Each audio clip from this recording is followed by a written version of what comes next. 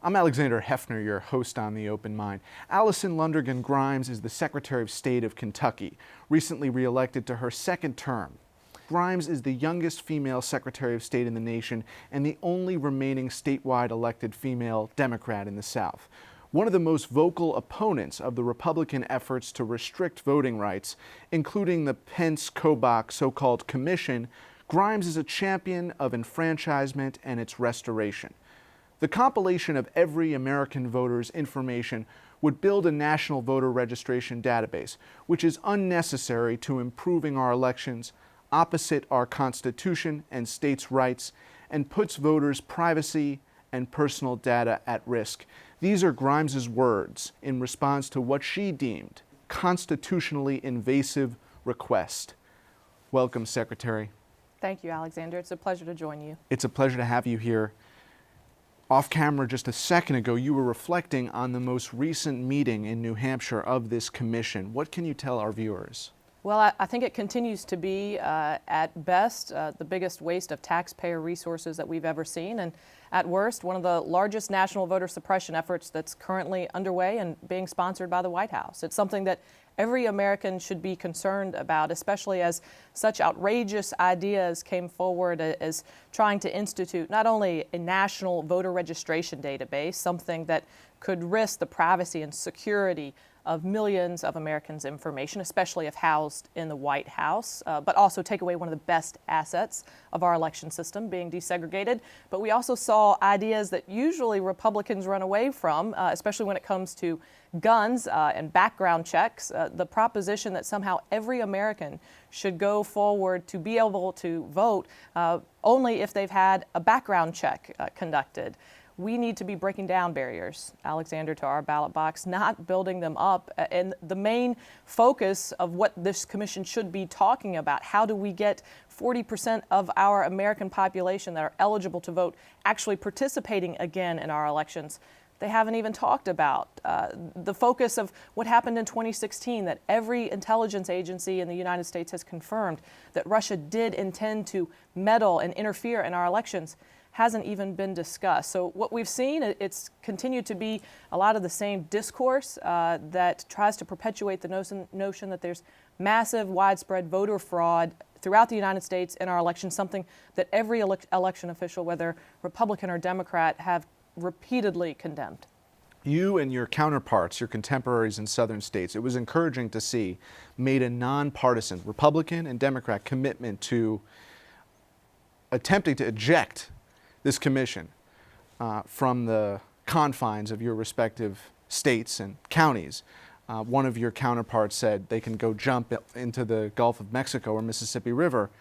There seems to be some uniform consensus among both Democrats and Republicans that this commission is wrong. Well, you have to look back to why this commission actually got started in the first place. It began with a candidate that said the entire election process was rigged. It then continued, once elected, that candidate, now president, saying that 3 to 5 million folks voted illegally in the last election, something that Republicans and Democrats at all levels, local, state, and national, have condemned and said there is no basis, there's no factual evidence to support such claims. And then you have to look to see what's going on geographically across the United States. Nearly 100 bills in nearly 30 states that are seeking to make it harder for people to vote, not make it easier. This commission, one that I refer to as a sham commission, was set up in order to try to ease an insecure president who just can't seem to square with the notion that he is president. He won the Electoral College, but he did lose the popular vote. And they are searching for evidence of massive voter fraud that simply doesn't exist. And they have at the head of this commission someone who has been a leading voice on trying to suppress votes, not only in his home state of Kansas, but across the nation. And myself and election officials across the nation, we conduct elections in a nonpartisan manner. We want every eligible voter to be able to have their voice heard. Our ballot box, it is the greatest equalizer. So when you see us rise up, and sometimes with very passionate statements, my counterpart, Secretary Hosemann from down in Mississippi, telling folks that they want information of every eligible voter in his state, as well as mine, their name, address, date of birth, their party registration, whether they've actually voted,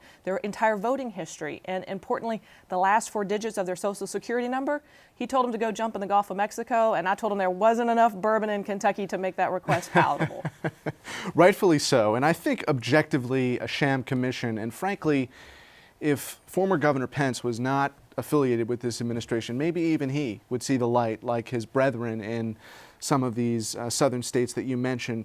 You were saying the adverse consequence of this commission and is potentially more restrictive laws. You and Jason Kander are doing phenomenal work to ensure the integrity of the ballot box and the enfranchisement of all Americans.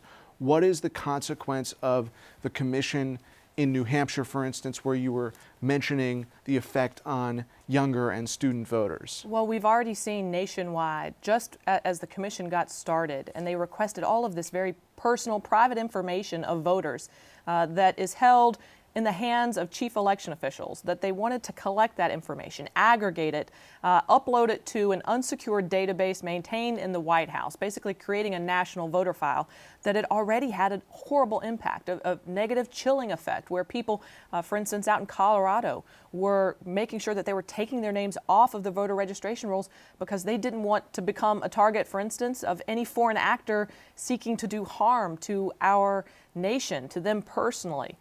They didn't want to become a target of some sort of a political retribution as the president, again, tries to grapple with the fact that he lost the popular vote, but is still president of the United States by way of the Electoral College, something they weren't comfortable with. We've also seen nationally, in terms of general assemblies across the nation, up in New Hampshire, restrictive voting measures that now give the authorities, local authorities, the ability to come into people's homes after elections if they register, for instance, in New Hampshire on the same day, to prove that they're still there after the election. A very intrusive manner, something that, as you can imagine, all of these policies that are in the name of trying to protect our elections actually make it harder for people to want to access the ballot box. When you require somebody to purchase a government-issued ID, who does that negatively impact? Well, it's effectively the same thing that we saw the civil rights movement fight against, what Martin Luther King marched against. We need to be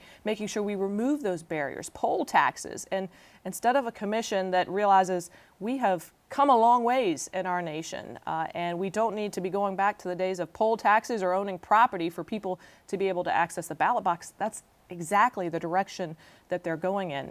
Instead of, Alexander, talking about how we make it easier for people to vote, how we make sure that 40% of Americans who aren't participating at all in our elections, which is a travesty. When you have nearly a majority of your nation not speaking up and getting involved, we're not addressing the most fundamental issues of our time in our elections. We're not talking about restoration of felony voting rights. We're not talking about automatic voter registration. We're not talking about early voting. We're not talking about the gerrymandering impacts that now our judicial process is pointing out are just precise surgical technique being done to negatively impact communities such as minorities, our Latinas, our African Americans, importantly our students, our elderly population.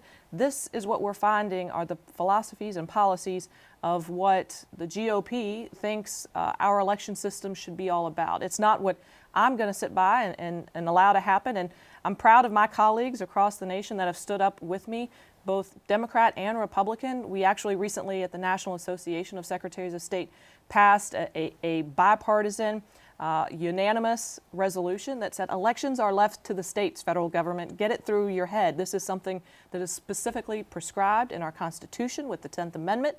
We do a pretty good job of running them, and it's the reason why, Alexander, the headlines in 2016, they were merely interference and not outright disruption, because our system is left to the states to run, and we need the federal government focusing on how we make the process better, more streamlined. We've had previous commissions that have done that, but this commission has just gotten off on the wrong foot, and quite frankly, for the wrong reasons. You say travesty, and I'll give you another example of that you can flag and maybe share with some of your fellow secretaries of state. Indiana, there was a student there I met who, and a group of students who said that in order to become eligible to vote as a student at Notre Dame or Purdue or any of the universities, it was actually required to have a court hearing, in effect, for these students to have access or permission for those who did not want to register at home for whatever reason. Many students primarily live in the states where they attend school. And what I was told is that the judge, the one judge in this county in which Notre Dame resides, is never available to see these students. How convenient. Is this commonplace, or is this a one-off Well, anecdote? I'd say the fighting Irish spirit is now fighting to get to the ballot box. Listen, the example that you just provided, it's happening across the nation. When you literally have to take to the court of law districts that Republican General Assemblies have carved and put into law and are trying to pass muster constitutionally, and you have to have judges say, listen, you with surgical precision are trying to carve out a district that literally shaves out minorities, it shaves out students, you're impacting the elderly. In other words, you are not just shaving points off the board, but you are refereeing in a game.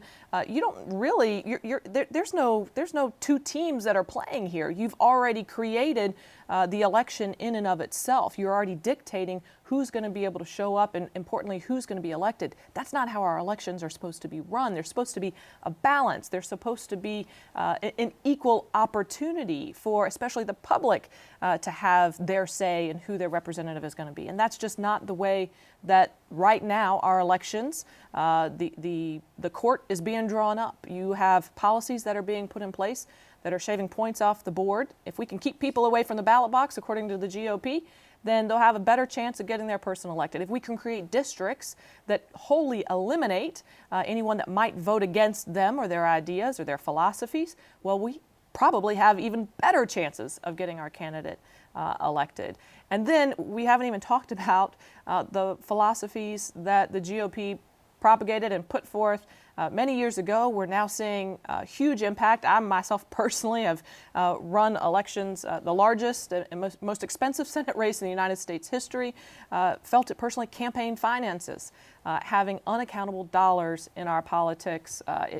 These aren't individuals coming forth. These are corporations that are now electing who's going to Washington. Secretary, you have me daydreaming about a counterfactual scenario in which the 2014 outcome was different. Now, I don't want to relitigate the past. I omitted in the biography that you ran for Senate against Majority Leader McConnell, and it was a valiant fight.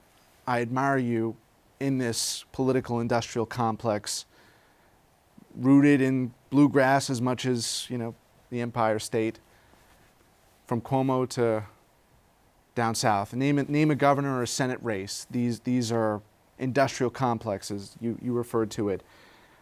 You have to think a little bit reflectively on that race, because if you had won in 2014, that might have changed the entire trajectory of recent contemporary American political history. The landscape would look completely different.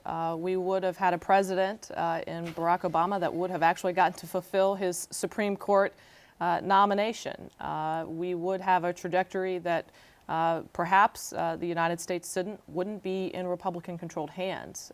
But we can't look backwards. In Kentucky, we have a big saying that says you can't plow straight if you're actually looking backwards. And you won and were defeated and won again. Yes. So re-elected as Secretary of State. What I look at is the fact that I've done what no one else has ever done when they've taken the chance, and it was a huge risk in running against what was the nation's biggest bully at the time. I call it BDT. That was before Donald Trump. And it was the largest, most expensive United States Senate race in the history of our country, nearly $100 million. I learned a lot.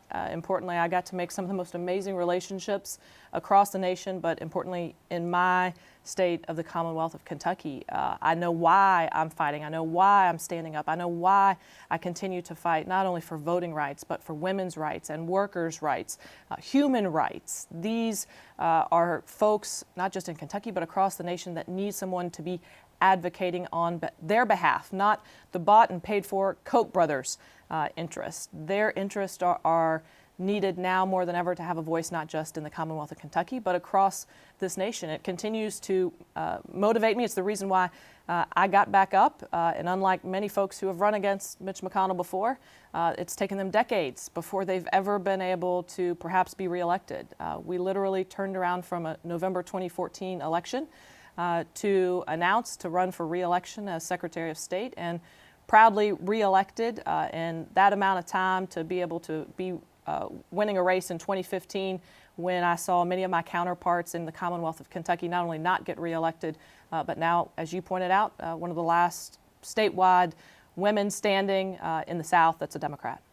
What was most instructive in the 2014 experience that informs your lens now and your lens being reelected to the post you're in presently? There are so many lessons that I learned from 2014, but importantly, the power of an individual to make a difference. We may not have won that race on election night, but in many other respects, I do think we came out winning the court of public opinion, something we're still working on to this day, knowing that one individual can make a difference, and collectively, that movement, we may not have won that battle, but the war is not yet over.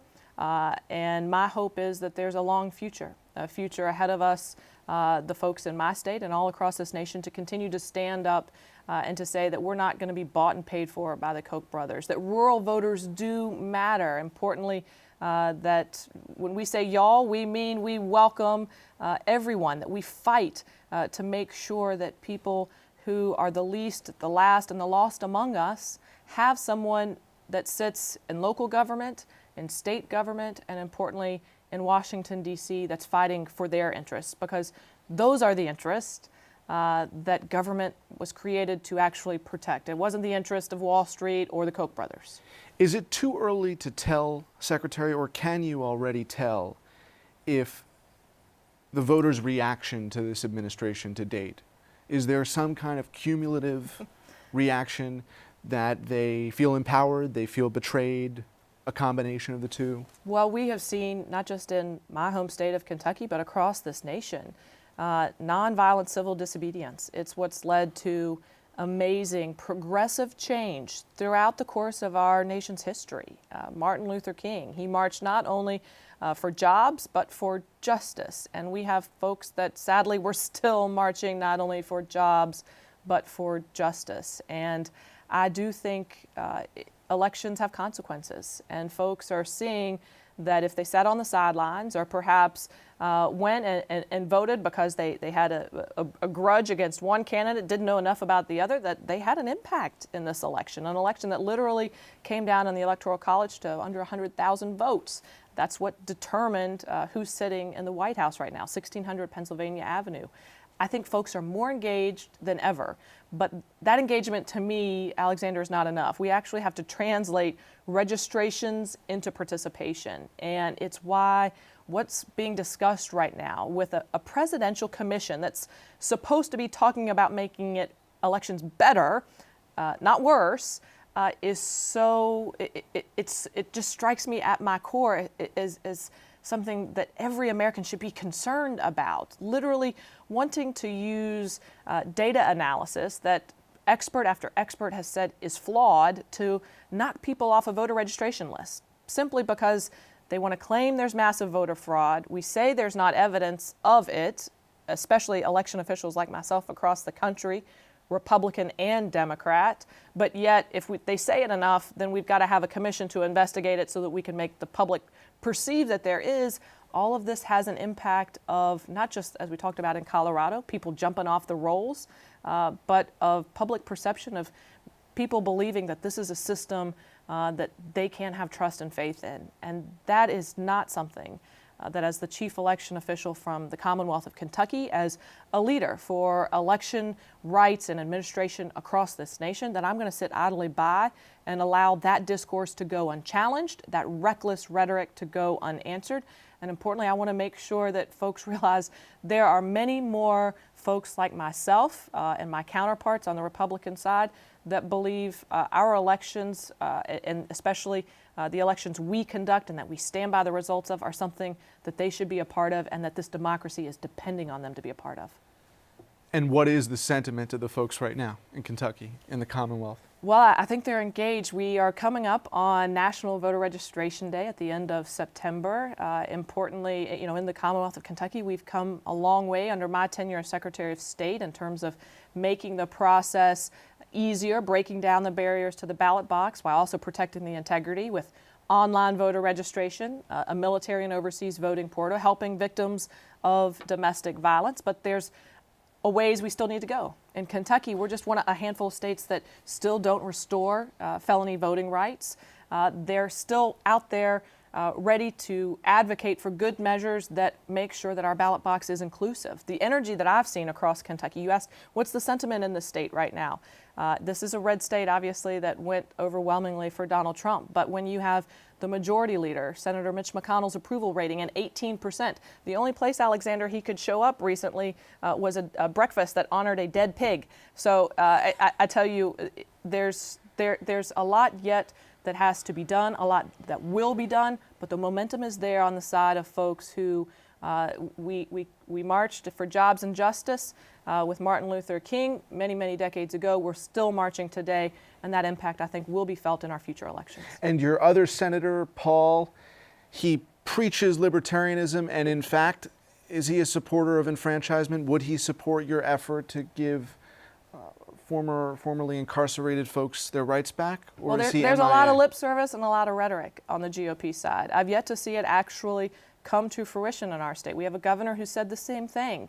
To date, the number of folks that he has pardoned and especially restored the right to vote pales in comparison to prior governors. So I hope folks are looking at records, because records do matter.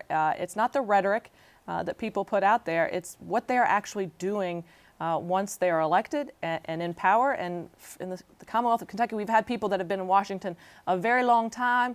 Things haven't gotten any better for the people in my state. They've only gotten worse. We have people in Frankfort, in Kentucky, who talk a big game about wanting to help make sure that voting is easier. We sure haven't seen that process, especially in terms of early voting, actually come to fruition, or restoration of felony voting rights actually get to the governor's desk. And Kentucky is just a microcosm, I think, Alexander, of what we're seeing nationally across the United States. Here are the facts, and here, presumably, unless the commission, as you suggest, comes back to reality, here are the facts, here are the falsehoods. Right. Beyond Jason's nonprofit and your work at the state level, how can you collectively pull that data and say, here's integrity, here's a lack of integrity?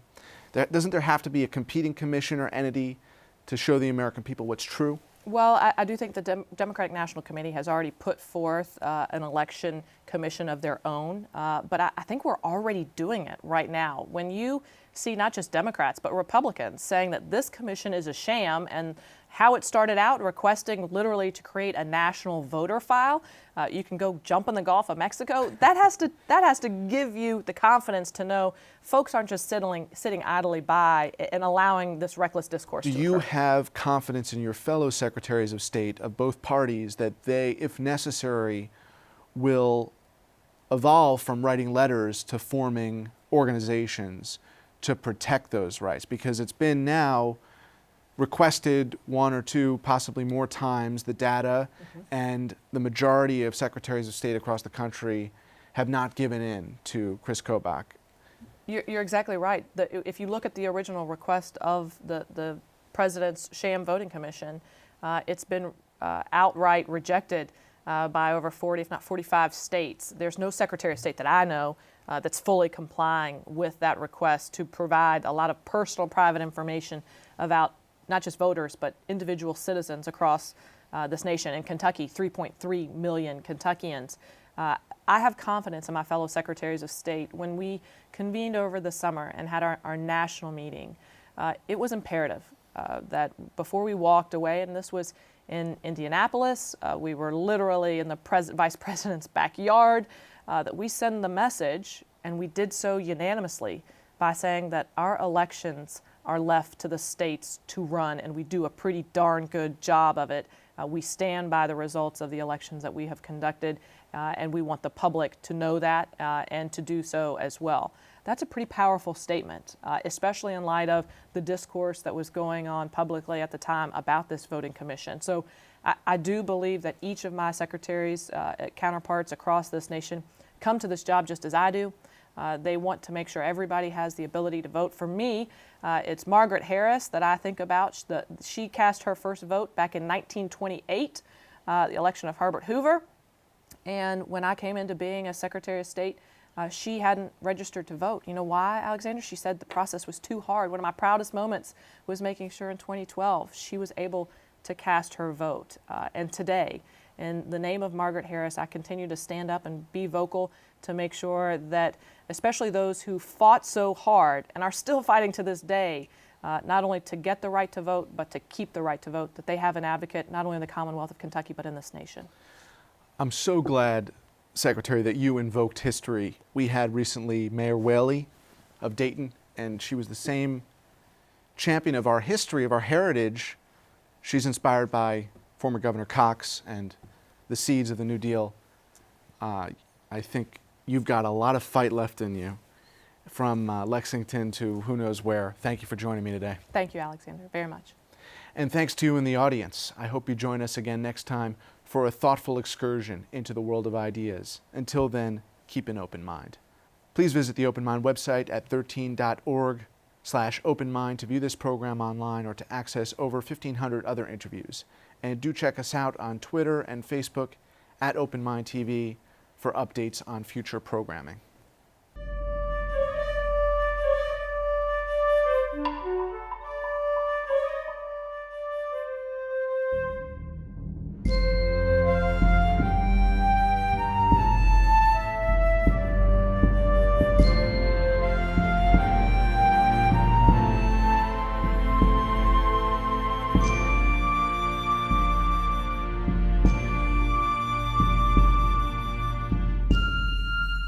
Continuing production of The Open Mind has been made possible by grants from Ann Olnick, Joan Gans Cooney, the Angelson Family Foundation, Alfred P. Sloan Foundation, the John S. and James L. Knight Foundation, Joanne and Kenneth Wellner Foundation, and to the corporate community Mutual of America.